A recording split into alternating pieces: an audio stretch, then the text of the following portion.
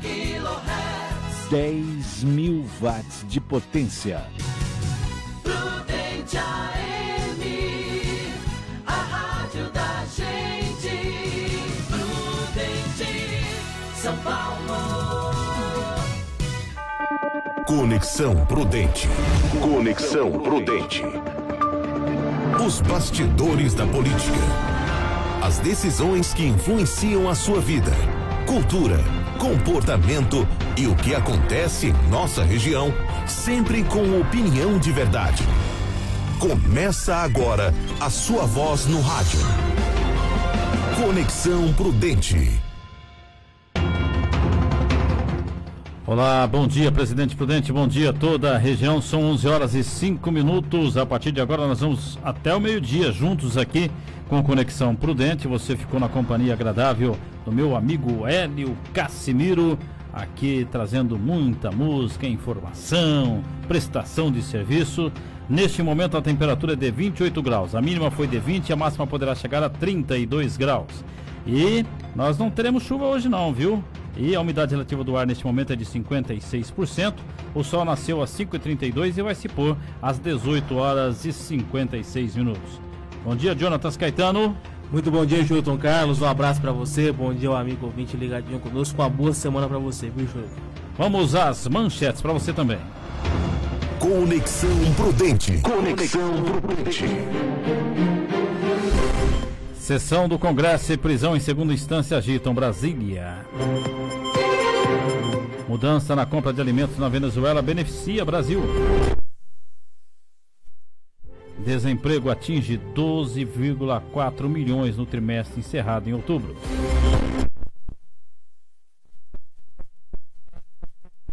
Federais na área. Desenvolvimento do país.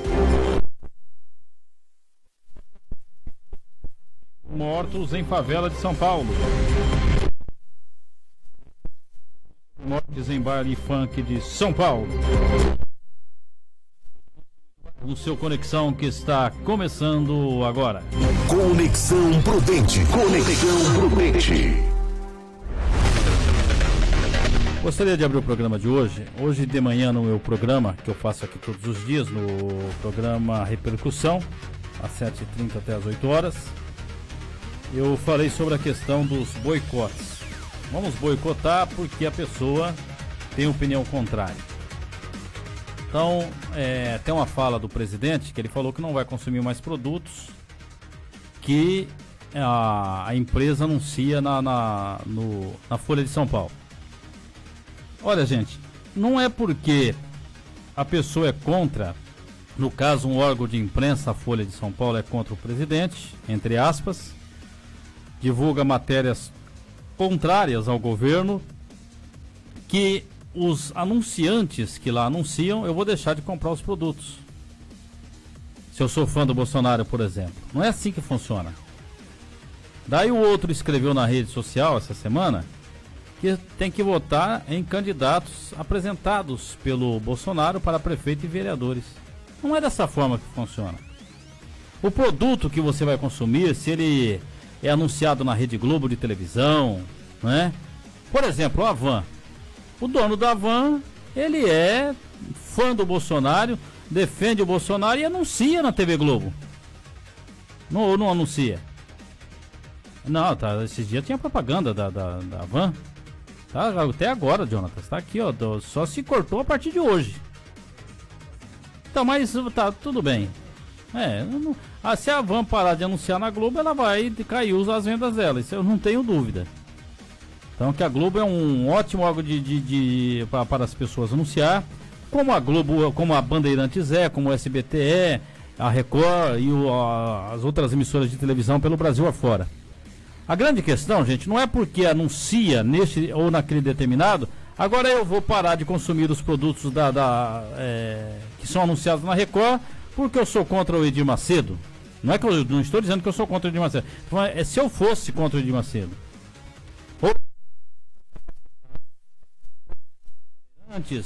e de repente eu sou contra o Silvio Santos, né? então eu paro de consumir o produto porque anuncia lá no SBT. Não é assim que funciona. Eu consumo um produto pela qualidade e pelo preço oferecido. Eu coloco as duas coisas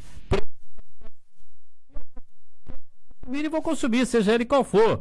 Seja alimento, seja vestuário, seja um bem que eu vou comprar, um patrimônio que eu vou ter.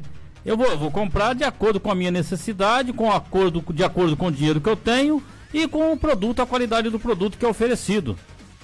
A mesma coisa, gente, funciona para candidaturas. No ano que vem nós vamos ter candidatos a prefeitos e vereadores no mais de 5 mil municípios brasileiros, nos 645 municípios do estado de São Paulo. Vamos ter candidatos aí distribuídos, aí milhares de candidatos a prefeitos, milhares de candidatos a vereadores.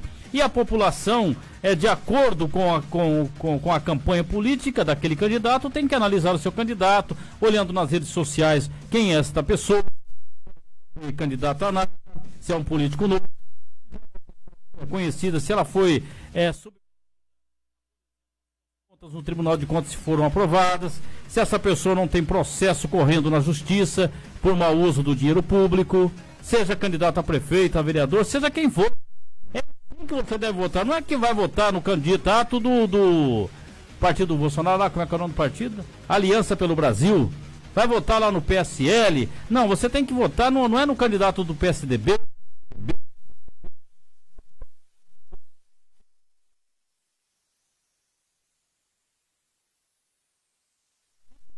que ele não vai construir 300 creches no seu município, se o seu município não necessita de 300 creches. O município não tem condições de construir essas creches. Que, por exemplo, para construir creche, um município precisa de convênio com o governo do estado ou o governo federal. Dificilmente hoje tem um município, com exceção de São Paulo, a capital e alguns municípios, que tem condições do próprio orçamento construir uma creche, construir uma escola. Então você tem que analisar bem qual que é o projeto de administração deste candidato. Qual que é o projeto do vereador ou da vereadora, da candidata, para que você possa votar nela. Não é partido. Partido não quer dizer, não está colocado na testa do candidato se ele é honesto ou se ela é honesta. É assim que funciona a coisa, sabe?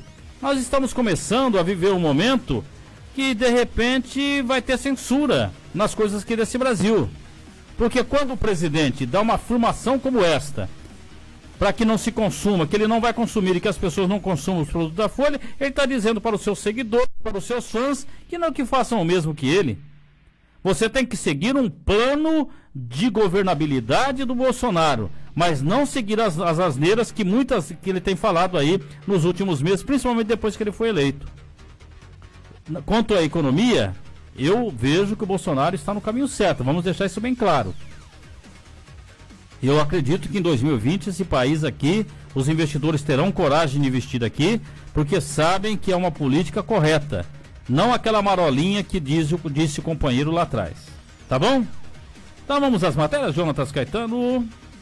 Olha, a sessão do Congresso e prisão em segunda instância agitam Brasília. Yuri Hudson. Conexão Prudente. Nesta semana, parlamentares que apoiam a Lava Jato e a prisão a partir da condenação em segunda instância continuarão pressionando o presidente do Senado para dar celeridade a um projeto de lei sobre o tema. A proposta está na CCJ, que vai receber na quarta-feira o ministro Sérgio Moro para discutir o assunto. Em uma reunião com líderes da Câmara e do Senado na semana passada, Davi Alcolumbre deixou claro que dará preferência a uma PEC que iniciou tramitação entre os deputados. Mas a presidente da CCJ no Senado, Simone Tebet, do MDB, não descartou pautar o projeto de lei caso perceba que a PEC da Câmara fique engavetada. Nada impede que os projetos que estejam na CCJ sejam imediatamente colocados em pauta. Essa é a grande força que o Senado tem. Se o acordo não é cumprido, automaticamente me dá direito de pautar imediatamente o projeto do Senado e que não vai ser arquivado. Ainda nesta semana, deputados e senadores se reúnem para analisar 37 vetos do presidente Jair Bolsonaro.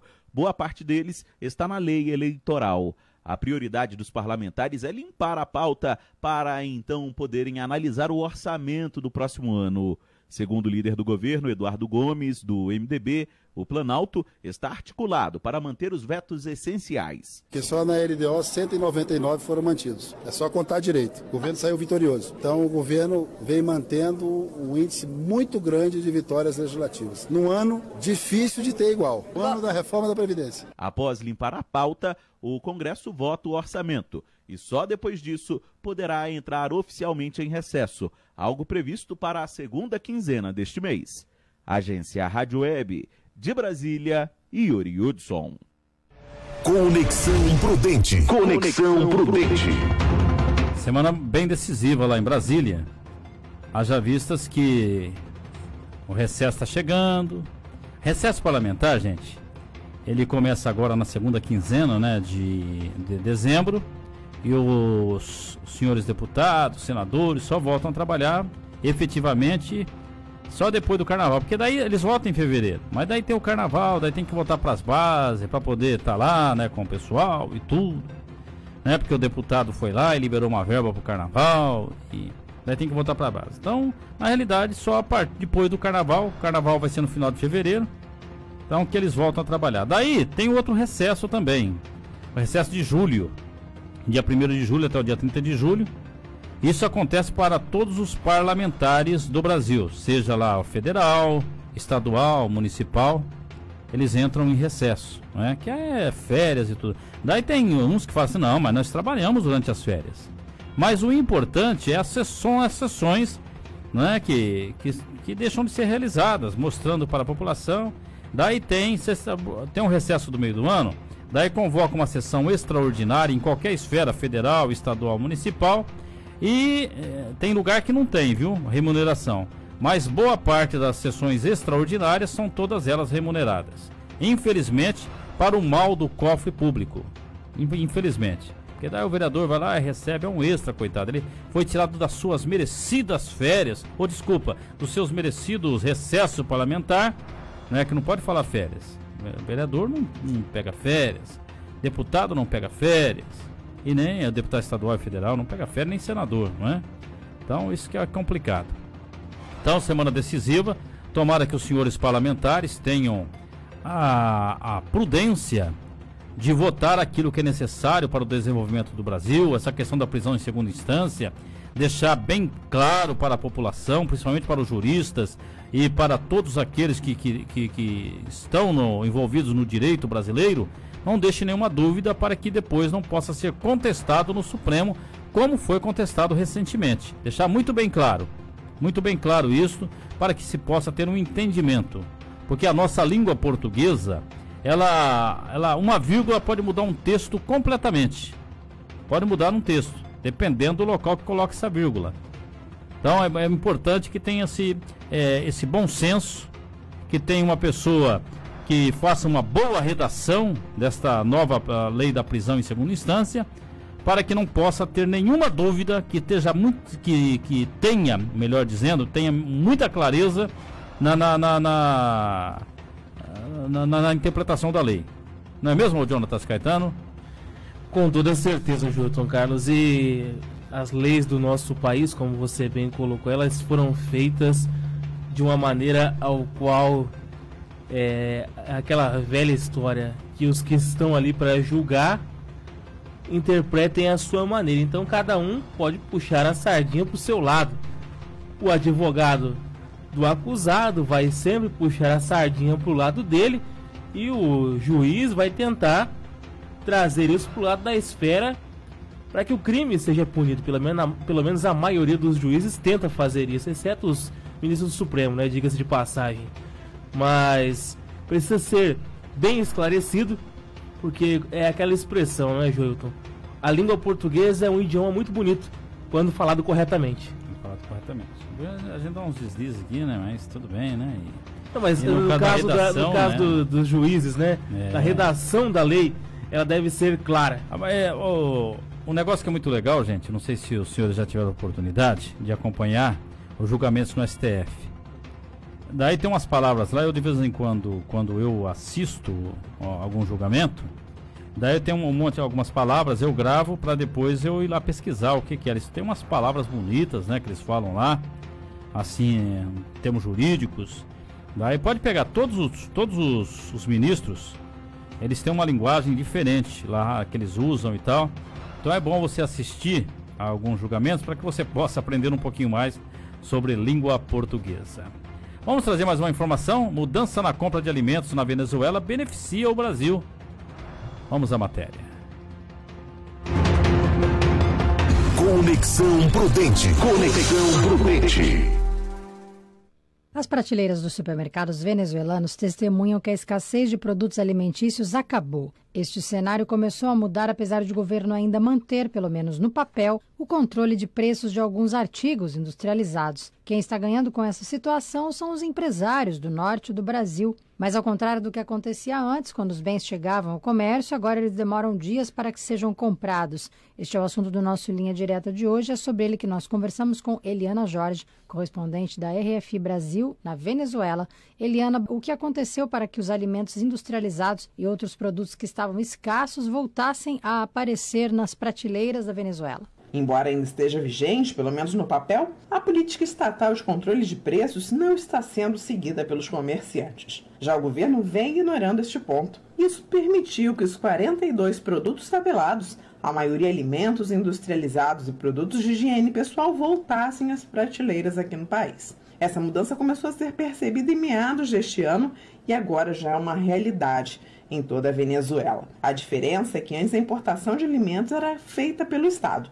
Agora o padrão dos fornecedores mudou. As compras passaram a ser feitas à vista e não a crédito como acontecia e por empresas de menor porte. Desde o ano passado, o governo vem permitindo a entrada de produtos importados, pagando baixas taxas e impostos. E boa parte dessas mercadorias encontradas no comércio venezuelano vem da Turquia, Bolívia, México e também do Brasil. Como o empresariado brasileiro vem ganhando com o comércio com a Venezuela, Eliana? Olha, empresários da região norte do Brasil, sobretudo de Manaus e Boa Vista, estão aproveitando essa brecha. De acordo com Fernando Portela, que é presidente da Câmara Venezuelana Brasileira de Comércio, a CAVEMBRA, há dois tipos de negócios. O que é feito por empresas de menor porte e o comércio formiga, feito de maneira informal por um pequeno grupo ou apenas por um indivíduo que compra no Brasil uma carga para revendê-la aqui na Venezuela. Em ambos os casos, o pagamento é feito à vista em dólares,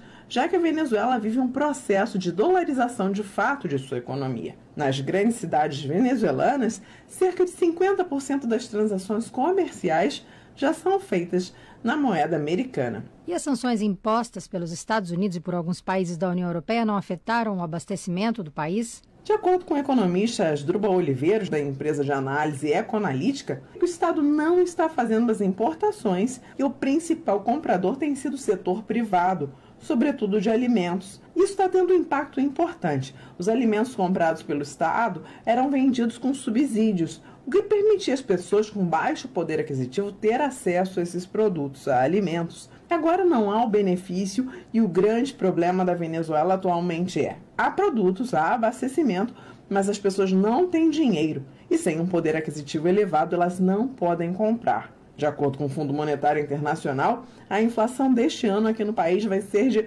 200.000%. E com o fim da escassez de alimentos, qual a situação das empresas venezuelanas? De acordo com o Luiz Picelli, que é diretor da Conindústria, Confederação Venezuelana de Industriais, a indústria de alimentos está trabalhando com cerca de 30% da sua capacidade total. Já Felipe Capozzolo, presidente da Consecomércio, o Conselho Nacional de Comércios e Serviços, a capacidade de consumo tem sido baixa, já que poucos cidadãos têm poder aquisitivo diante desses altos preços. E depois de tanto tempo nas prateleiras, o preço desses produtos começam a cair, gerando oferta. Mas, segundo ele, a economia não se dinamizou e tampouco se recuperou. O economista César Aristimunho explica que o consumo de alimentos nos últimos 5 anos caiu mais de 60% e que há um ano um determinado produto não durava 1 hora na prateleira e agora ele pode durar dias. De acordo com o Fundo Monetário Internacional, o produto interno bruto da Venezuela este ano será de menos 35%. Obrigada, Eliana Jorge, a nossa correspondente na Venezuela, que participou do Linha Direta de hoje. De Paris, Thaís Estivanin, da Rádio França Internacional, para a agência Rádio Web. Conexão Prudente. É isso daí, gente. São 11 horas e 25 minutos, 11h25. É lamentável o que acontece na Venezuela. A Venezuela é um dos maiores produtores de petróleo do mundo e, infelizmente, passa por uma situação econômica inacreditável. Por quê? Porque teve o chavismo lá, o Hugo Chávez, que foi o presidente, e o Hugo Chávez, ele implantou uma política lá da assistência para, entre aspas, para os pobres. Ele encobertava a má fase da economia, como acontecia aqui no governo do companheiro Lula, que era só uma marolinha e tal. E o país acabou chegando neste caos. Para que se tenha uma ideia, ou ouvem ter uma ideia, o litro da gasolina, lá é gasolina pura, não tem 25% de mistura de etanol, não. Lá é aquela gasolina azul de antigamente, que os ouvintes devem lembrar muito bem. O Jonatas não lembra não, mas eu lembro da gasolina azul, aquela bem, sabe, que era limpa mesmo, que era pura gasolina. E eles pagavam lá coisa de 30 centavos o litro da gasolina. Então a pessoa ia lá com 10 reais, enchia o tanque, deixava até transbordar. Eu vi cenas pelas redes sociais de que o frentista lá deixava derramar, não tinha problema não, porque é baratinho, né? E tal. Porque a política, gente, ela funciona da seguinte forma em qualquer país do mundo. Cada país é independente. Mas no mundo globalizado que nós vivemos, a política ela tem que estar também globalizada. Principalmente nos produtos, de uma forma geral, tem que estar globalizada. O petróleo, por exemplo, o barril do petróleo é controlado mundialmente. Então o barril de petróleo ele custa X e vale para o mundo inteiro. Para o mundo inteiro. O trigo é a mesma coisa e tem a cotação desses produtos. E a Venezuela não acompanhava isso, porque o Hugo Chávez fazia a política dele, que era a política dele interna ali, e como se ele fosse um deus e fosse resolver todas as coisas. Não é assim que funciona. E tentaram implantar essa política aqui no Brasil, que graças a Deus a população entendeu que não era dessa forma que deveria se administrar um país. Sabe? A política do assistencialismo, da mentira, das pedaladas fiscais que aconteciam nesse Brasil. Então hoje é diferente aqui no Brasil a economia. E é o que está lá com o Maduro até hoje, a política implantada, né? Então esperamos que o povo da Venezuela tenha o bom senso de o mais rápido possível resolver essa questão, para que o país que é um alto produtor de petróleo possa ter o desenvolvimento e as riquezas possa toda ela voltar para a sua população. Que a coisa mais triste que deve ter para uma pessoa é ter que sair do seu país por causa da política praticada no seu país. Porque a pessoa acaba perdendo a sua identidade, essa que é a grande verdade. Ou você acha que os venezuelanos que estão aqui na nossa região, que tem vários por aqui, que estão espalhados pelo Brasil, pela Bolívia, pela Colômbia, países aí aqui da América do Sul, se essas pessoas estão contentes de ter saído do seu país, deixado a sua residência? Tem lá pessoa que é economista, pessoa que é médico e teve que deixar o país e outro trabalhando de garçom. Tem pessoa que médico formado trabalhando de garçom na cidade de São Paulo para poder sobreviver. Isso não é digno do ser humano. Então a política implantada na Venezuela, infelizmente, né, acabou chegando nesse caos, né, o Jonatas Caetano? É aquela situação, né, Júlio? Você comentou a questão do combustível, e só para ter uma base, em Pacaraima não existem postos de combustíveis. Não tem, porque a pessoa abastece lá na Venezuela. Porque as pessoas abasteciam na Venezuela, né? E para ter uma noção de como era a situação. Mas Pacaraima, para quem não sabe, é a última cidade que faz divisa com a Venezuela, não é? Só pra quem não sabe. Justamente. E nós vemos o resultado dessa política populista que levou um país à miséria total. Infelizmente. Né? E é isso que nós vemos, Júlio, um socialismo dando certo, né? Distribuiu igualmente a pobreza, infelizmente, entre todos os cidadãos venezuelanos. Infelizmente, inclusive quebrando muitas pessoas. Infelizmente. E a coisa funciona da seguinte forma, gente. Você não pode beneficiar os mais ricos e não beneficiar os mais pobres, ou beneficiar os mais pobres e não beneficiar os mais ricos. A política ela tem que ser por igual dentro de cada classe, na classe produtora, e quem produz, que produz nesse país, de quem dá emprego, para quem precisa de emprego, tem que ser igual a política, de que todos possam sair ganhando. Vamos ao intervalo comercial, às 11h30, daqui a pouco a gente volta com mais informações. Conexão Prudente. Vai presentear?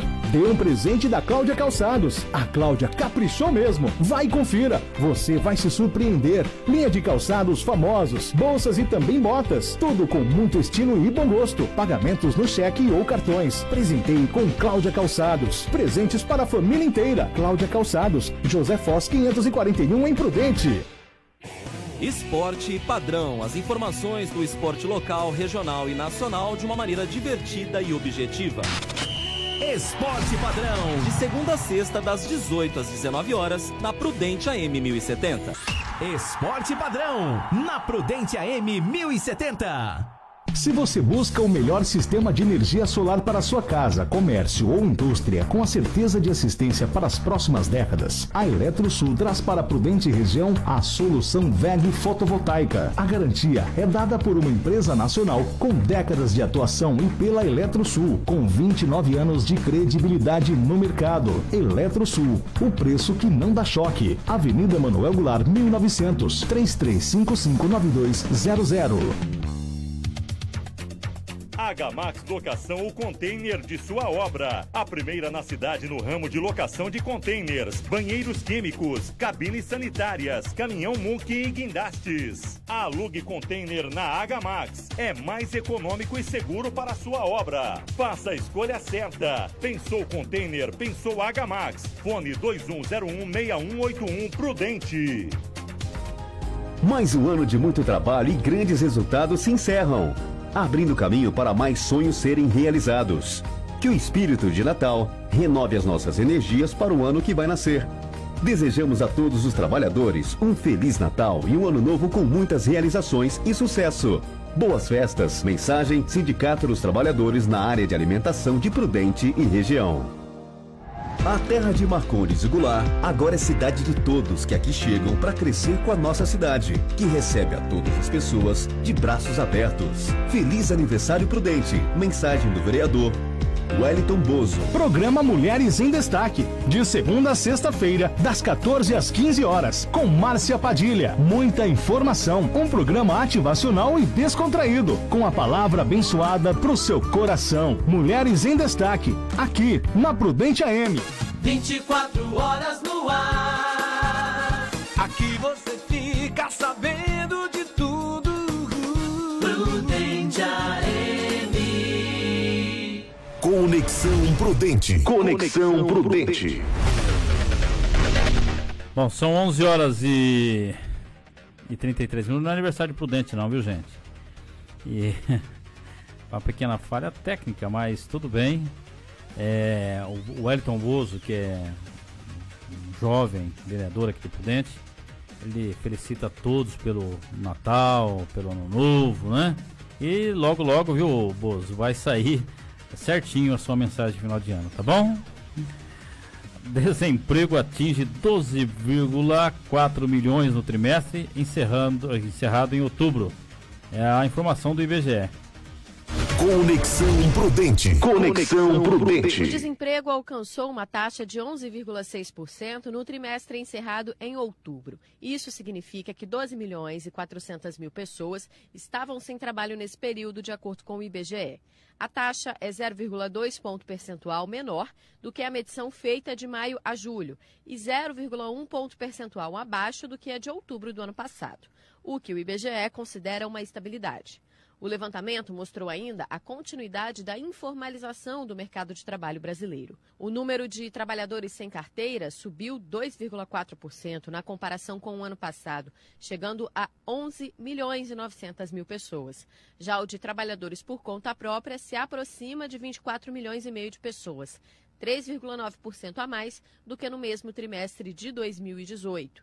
E como a pesquisadora do IBGE, Adriana Berengui, ressalta, ambos os casos são um novo recorde da série histórica. Ainda que a gente tenha esse crescimento, ele se baseia em postos, em ocupações, normalmente de baixo rendimento, né? Mas, por outro lado, dando oportunidade para aquelas pessoas de baixa escolaridade. Essa forma de recuperação, ela traz alguns aspectos não tão positivos, né? É a própria questão de como esse trabalhador se insere nesse mercado, as possíveis garantias. E um indicador, por exemplo, que nós temos notado é que, mesmo diante de uma ocupação recorde, ou seja, de uma população ocupada que cresce, nós estamos tendo uma trajetória de redução da contribuição para institutos de previdência, ou seja, isso significa que as pessoas que estão trabalhando, um percentual muito significativo delas não contribui para a Previdência. Por outro lado, a taxa de subutilização da força de trabalho foi 0,8 ponto percentual menor do que no trimestre anterior, passando de 24,6 para 23,8. Ainda assim, 27 milhões e 100 pessoas estavam nessa condição. O número de desalentados, aquelas pessoas que desistiram de conseguir uma ocupação, também caiu 4,5% com relação ao trimestre anterior. Da Rádio Nacional no Rio de Janeiro, Tâmara Freire. Conexão Prudente. Conexão Prudente. Eu acredito muito em 2020. 2020, esse ano foi um ano de ajustes na economia brasileira, mudança de governo, enfim. E quer queira ou não, mesmo que o atual governo participou da elaboração do orçamento do ano passado, das políticas que seriam implementadas e colocadas em práticas no país em 2019, mesmo assim era um orçamento do Michel Temer, o ex-presidente da República. E a partir do ano que vem, daí sim, vai ter o orçamento do Bolsonaro, vai ter a política implantada já dele definitivamente, já um ano de governo, já todo mundo sabendo onde que funciona, como é que faz isso, como é que faz aquilo, apesar de boa experiência do presidente como congressista, do próprio Guedes, que uma pessoa muito experiente na política, enfim, todas essas pessoas colocadas ali são pessoas experientes. Mas a coisa começa a funcionar mesmo a partir do ano que vem, né? Apesar de ser um ano político e tal, mas a política, a economia brasileira, ela vai começar realmente a mostrar se ela vai reagir a partir de janeiro de 2020. E eu acredito muito que a economia brasileira, os ajustes que estão sendo feitos na economia brasileira, vai ter a confiança dos investidores para investir no Brasil, gerando empregos, gerando renda para a população brasileira. E esta quantidade de desempregados aqui, 12 milhões de desempregados, eu tenho certeza absoluta que no ano que vem vai diminuir bastante. Eu estou bastante otimista mesmo com o Brasil. Estou otimista. Eu digo aqui e repito, tem muitas coisas que são faladas pelo Bolsonaro, mas a equipe econômica, que ele fala asneira, né, bastante asneira, mas a equipe econômica é bastante equilibrada e está colocando o país no rumo certo. Muitas pessoas estão aí criticando a questão da arroba do boi e tudo, mas vai lá produzir uma arroba de boi. Pega aí, vai lá, pega um laço, pega um cavalo e vai cuidar de uma boiada lá na fazenda para você ver. O quanto que custa para poder engordar um boi até chegar no peso de abate. Vai lá e vê. Todo o trabalho que é feito, tudo que é gasto, enfim. E eles trabalhavam sempre com uma margem de lucro bem pequena. Agora não, eles vão ter condições de inclusive produzir mais carne aqui no Brasil, de carne não só de boi, mas outras carnes também serão produzidas em larga escala, e é a confiança do investidor. O investidor vai investir mais porque terá condições de uma política correta que está sendo feita nesta área da economia. Você acredita, Jonathan? 2020 deve ser um ano bom, viu? Eu estou otimista com 2020, viu? Mudanças devem ser feitas, né, Júlio? Então, as mudanças estão acontecendo. É como nós falamos, a política que foi feita anteriormente no país de segurar preços congelar taxas foi uma política desvantajosa ao país.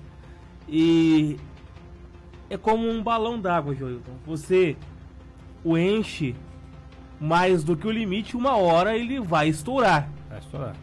E é o que está acontecendo. Infelizmente, nós estamos colhendo a consequência de um desgoverno que foi feito nesse país. Nós temos que analisar a situação econômica do mundo como o seguinte: no ano 2000 houve uma crise mundial muito forte. E os países do mundo passaram por essa situação. Em 2001 para 2002, o mundo começou a se recuperar da crise, ano que o companheiro se tornou presidente da República.